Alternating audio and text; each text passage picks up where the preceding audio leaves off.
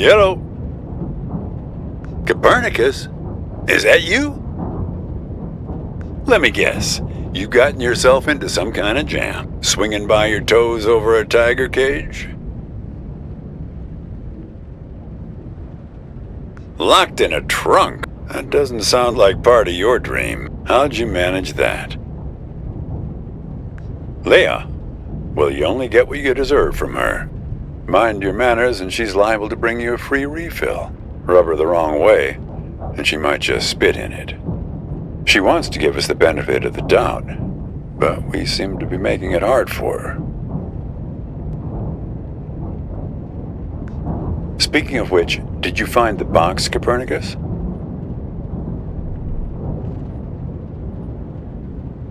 Have you opened it yet? Figure out a way to open that box, Copernicus.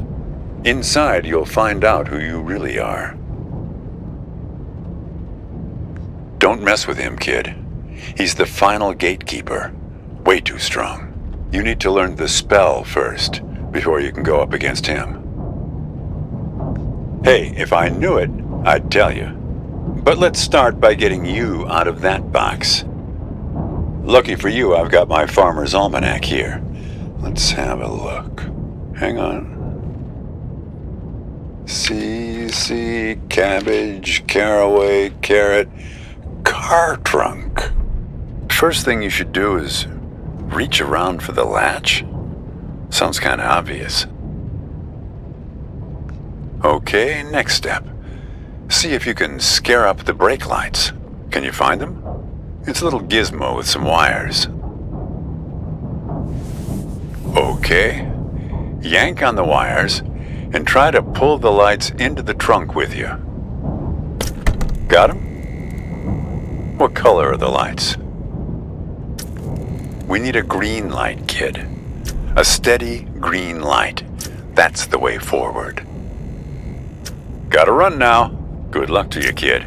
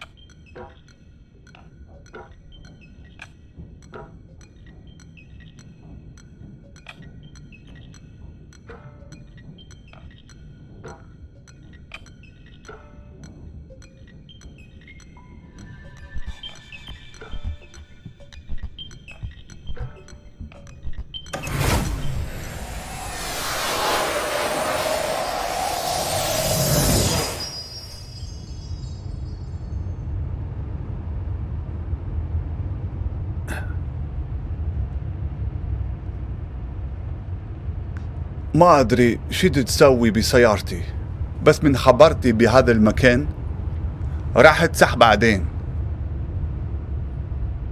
إنجليش. آسف، ما أدري هاي مو صدق، بس أنا أشعر به كاني من صدق حجة سعر. كل شيء هنا إلها دلالة رمزية، السترن، الجير ولا القرن على الدشبول. حاسة حتى لو أحد إيدي من السترن السيارة من كيف تمشي عدل؟ إيه معود على كيفك، أريد أوقف.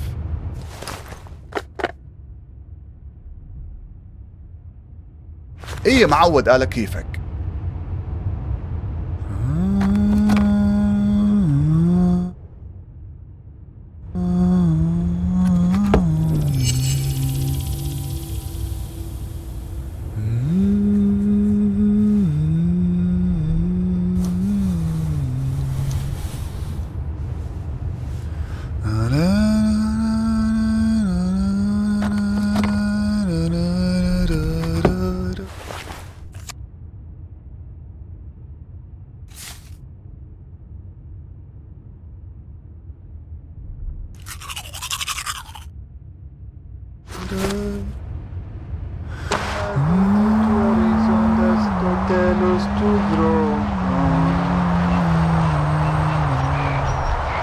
puedes verlo, sonte al final to nowhere. Panic replay, comment as-tu fait pour devenir ma copie carbone? Serais-tu la chimère, revenue des enfers, me montrer les reflets de mon âme?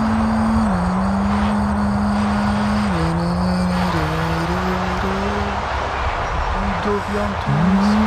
Il y a des dieux au monde. Puedes ver.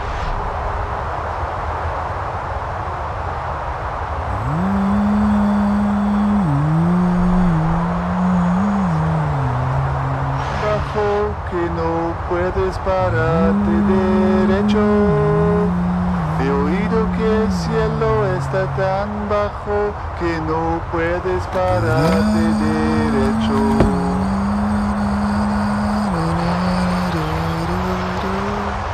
I'm sitting here, my gaze is drifting over the Amazon. Entonces, Jamilos, then Boris, my way back to you.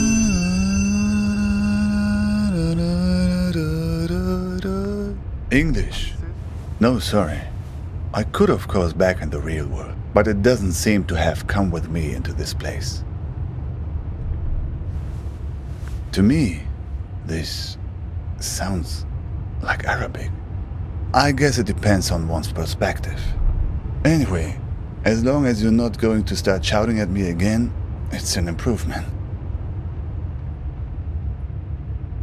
How would I know? It's not even my car.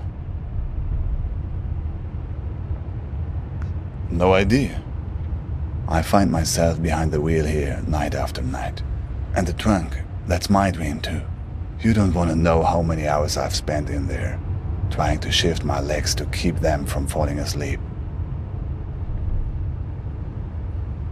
What do you mean? Whose guard? Yours?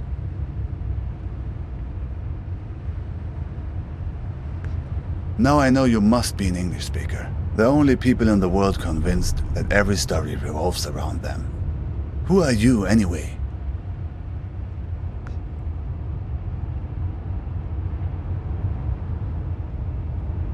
I'm not sure, actually.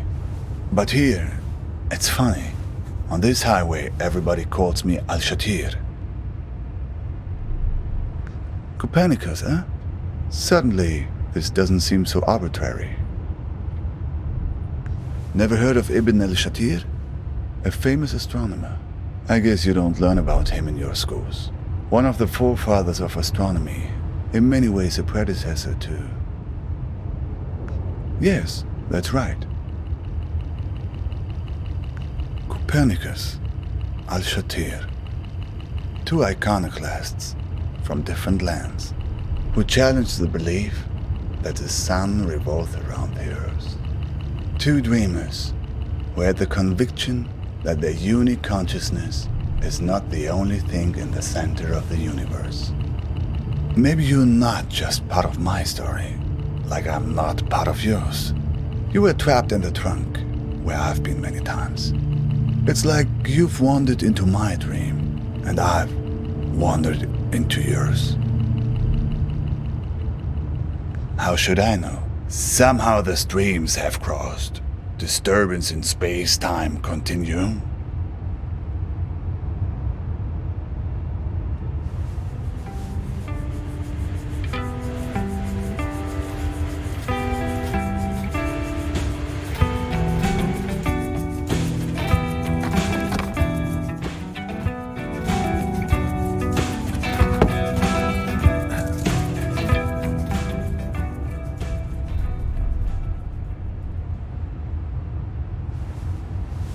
Takes a leap of faith, I know, to admit that we both exist. Me? Yes, safety. A place far away from wars, from bombings, from the cockroaches that crawl out as soon as the dust settles. On the news, you hear only about armies and religious madmen, but it's the gangsters that drove me away. They're the ones who did this to me.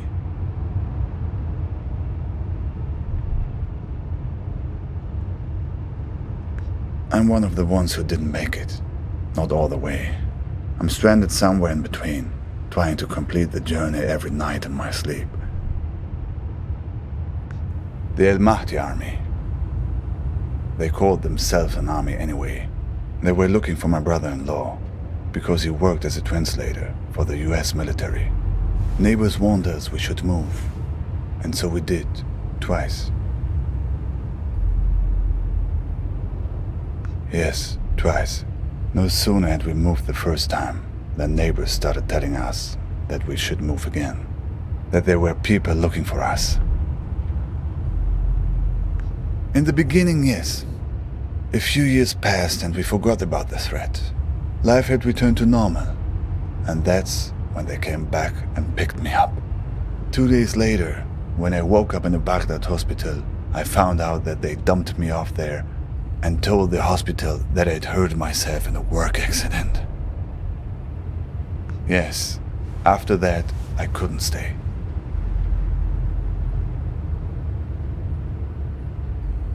The women in my family, my mother, my sisters, they were the only ones who knew. I got on a plane to Istanbul, where my cousin lived. He took me to Izmir, where the smugglers are. They're easy to find.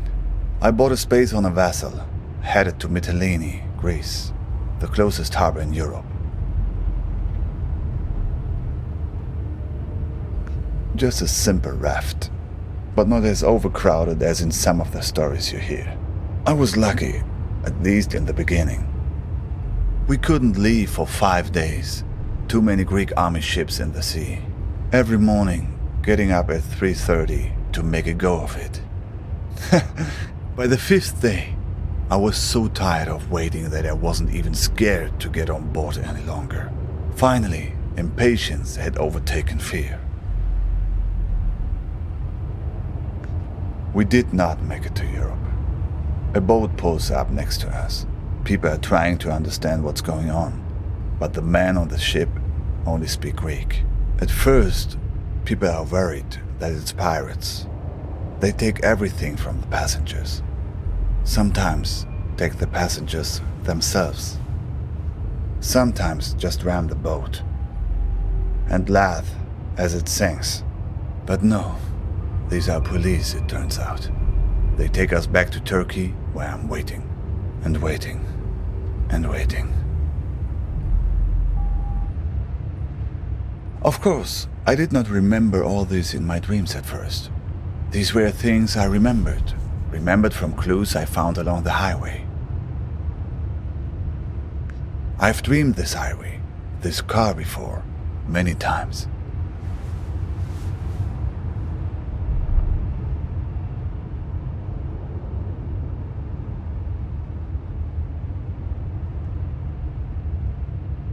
Always a long drive, always danger. Sometimes I'm smuggled in the trunk, sometimes I'm driving. Always checkpoints, inspections, betrayal, always from someone who pretends to be my friend.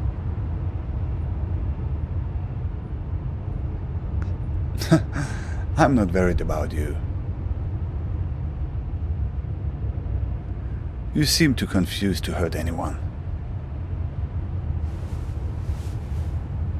What is your dream about? A breakup? That's it? Ah, that's more like it. Who has been kidnapped? Who's this person that's been taken away from you?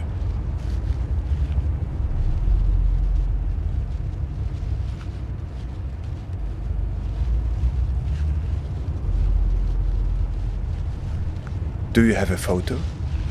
Who knows? Maybe I've seen her somewhere along this highway.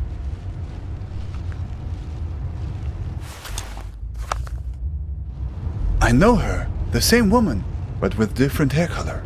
I just saw her at the gas station a few miles back. An imposter? But she waits tables at Dante's, right? Betrayed by a friend. That's a familiar note to me. And yet, the waitresses at Dante's usually play it straight down the line. They can dish it out, but they only give you what you deserve.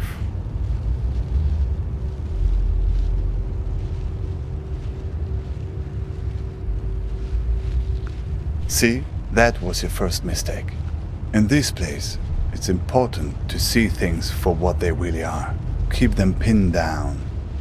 The moment you start shifting things around to suit your needs, well, you're like Pandora, opening the box.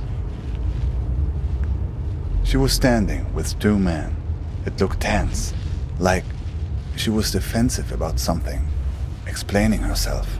I don't think they fully believed her. Not exactly. There was a lot of pointing at the passenger seat in her car and shrugging. It seemed they'd lost something. Or someone. The leader, he seemed very unhappy. A guy in an orange vest. A trap? So, they were looking for you? Sounds like getting in my dream. Getting in the trunk. May have saved your neck.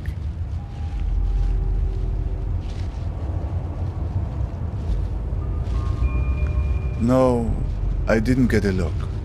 I just heard one strange thing they said. That they were looking for a guy with 8 fingers. They were going to find him. Something like that.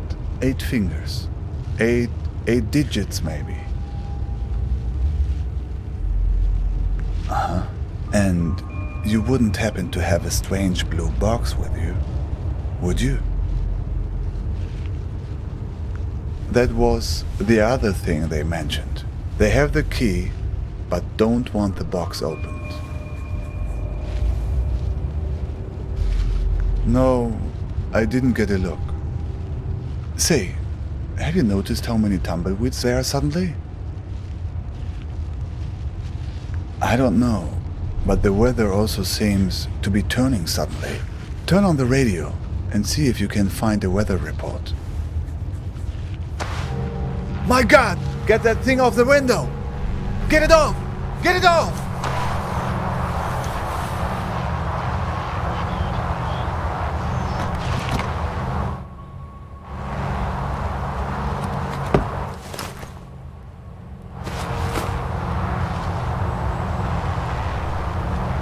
It seems to be changing the weather conditions.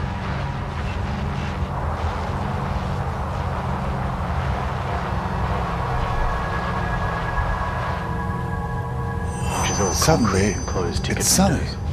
The walls are papered with old time. It's not working. They're stuck to the car. We need some other kind of weather to get clear of A them. group of semi-conscious homeless people. Level 3 thunderstorm. Adoption grows in number. Level 3 thunderstorm.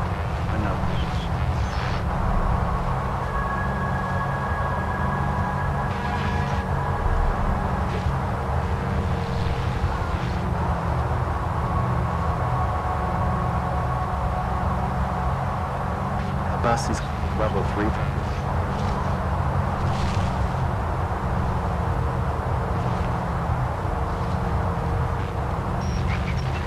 Grew revenues by 8% sequentially to $296 million, produced gross margin of 43.1% and operating margin of 35.2%. We posted earnings per share of $1.68, 4 cents ahead of our guidance and up 11% sequentially. And we generated exceptional operating cash flow totaling $398 million in the quarter. Under corporation first fiscal. Level 3 thunderstorm. 60-mile-per-hour wind gusts and quarter-size hail. Damage. Warning. Looks tornado like tornado 60 feet from conditions. car. Look, the tornado. It's starting to pull the tumbleweeds off the car, but it's not strong enough. Tornado. It worked. Oh, good riddance.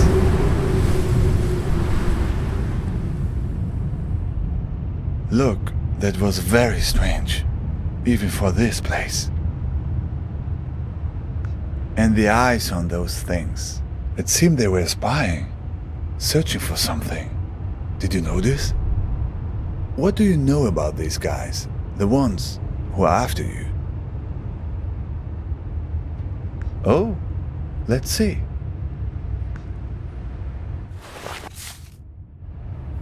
Balkan tours?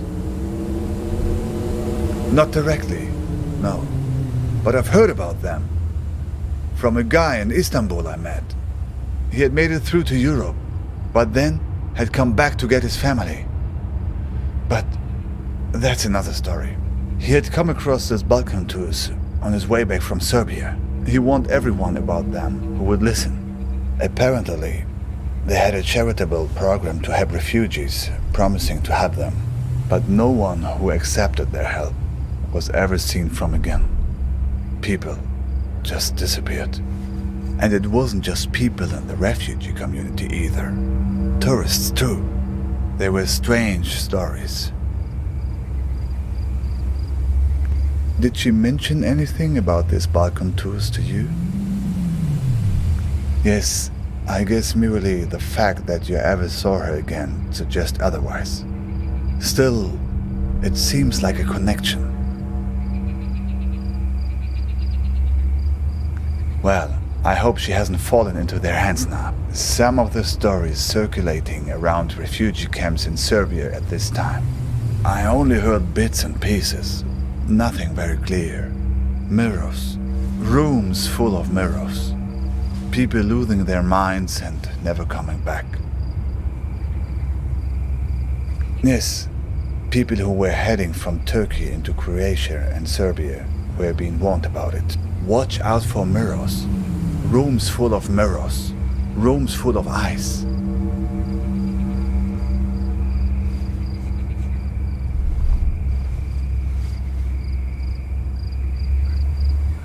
Well, my friend, I think right now the best thing you can do is run for safety. They probably have a good beat on your location, assuming the tumbleweeds were on their payroll. Make no mistake, these guys are dangerous. Honestly, I have no idea. But tangling with Balkan tours right now would be suicide. I mean, it's what they want, isn't it? Right. Where did you get the box? They must be worried about what's inside. Worried it will expose them, all the things they've done, to her and to all the other people they've hurt.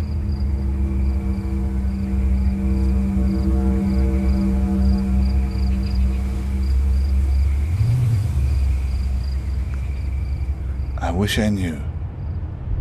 Even if I make it to my destination, I'm still not home.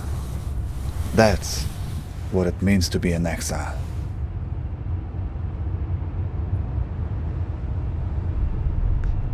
My niece, Nadia, used to ask me that question all the time. Where are you going, uncle? She was the only young person who knew I was leaving. Imagine, she knew when my father didn't. I was always mad at my sister for telling her. She would ask me that when I was putting her to bed. The only thing you can tell when a person that young asks you a question like that at bedtime. I told her the truth. Not the truth, but the truth wrapped in the blanket of a story.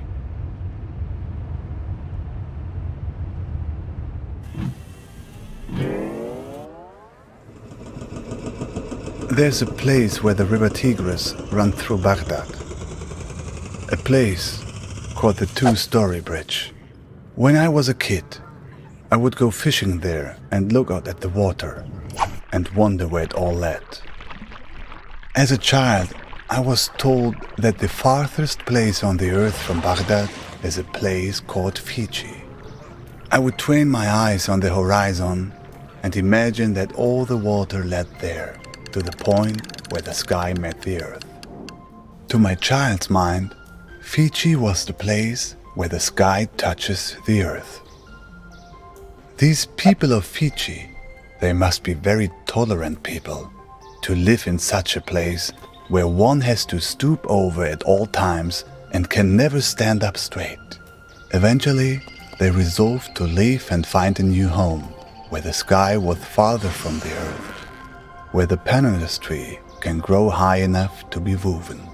So, they left this land right under the sky, leaving behind those people so old and bent that they no longer cared to stand up straight. The other Fijians gradually moved away from the edge of the world, and the sky got a little higher, and then they found a marvelous place. It was fertile and lush, with excellent weather, an orange tree for every backyard. But there was one problem: earthquakes. Terrible earthquakes, as frequent as rains during the springtime in this country. All because the sky was still close to the earth. When there's thunder, it echoes off the roof of the sky and causes the ground to break. But the Fijians adjusted. They built their entire civilization out of rubber.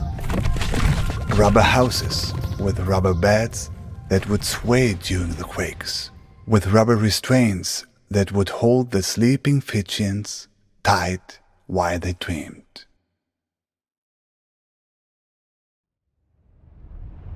But Nadia didn't want a bedtime story about that.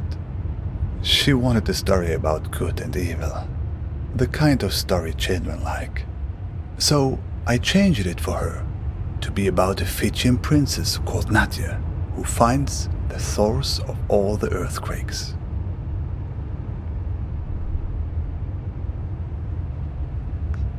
So, Nadia finds a dragon hiding under the earth.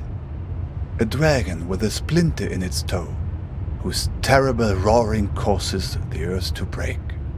Nadia slays the dragon and saves the people by uttering a magic spell. Gonothi se auton.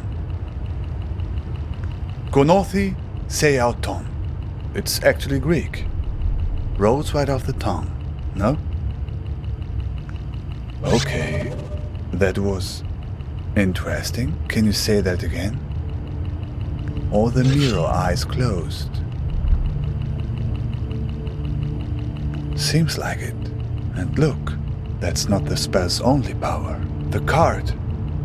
There's a phone number on it now.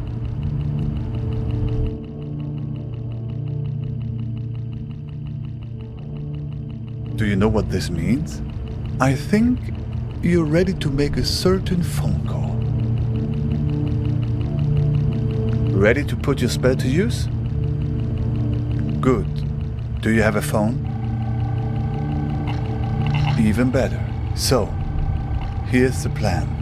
You call them and tell them you want to sign up for a tour. Here's the thing. If they act like they're taking you on a tour, everything is good. But if they've figured you out, they'll try to distract you while they kidnap you. Take it from me. They tell you someone you care about is in danger, but don't believe it. If everything's fine, then everything's fine. But if someone you know is in danger, it's a trap. Get out of there. Are you ready? Dial the number.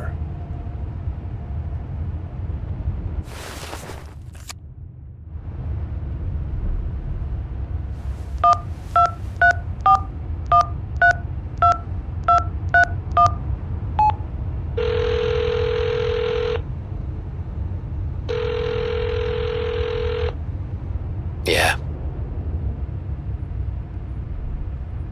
Yep, what can I help you with? That's a big park. You near the Argus gas station on Route 90? Alright, I'll pick you up in an hour. You don't have a car, do you? Just guess from your voice. So, see you in an hour. Don't worry about that. I'll be waiting for you once you land.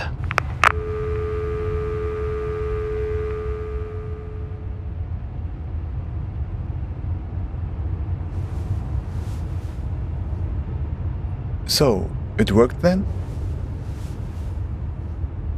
Isn't that how these things normally work in the stories of this country? Other characters shows up, imparts some hard-earned wisdom, then conveniently fades away. Thanks. I think you'll be fine. You have allies all along this road, even in the cars of enemies. I've left something for you.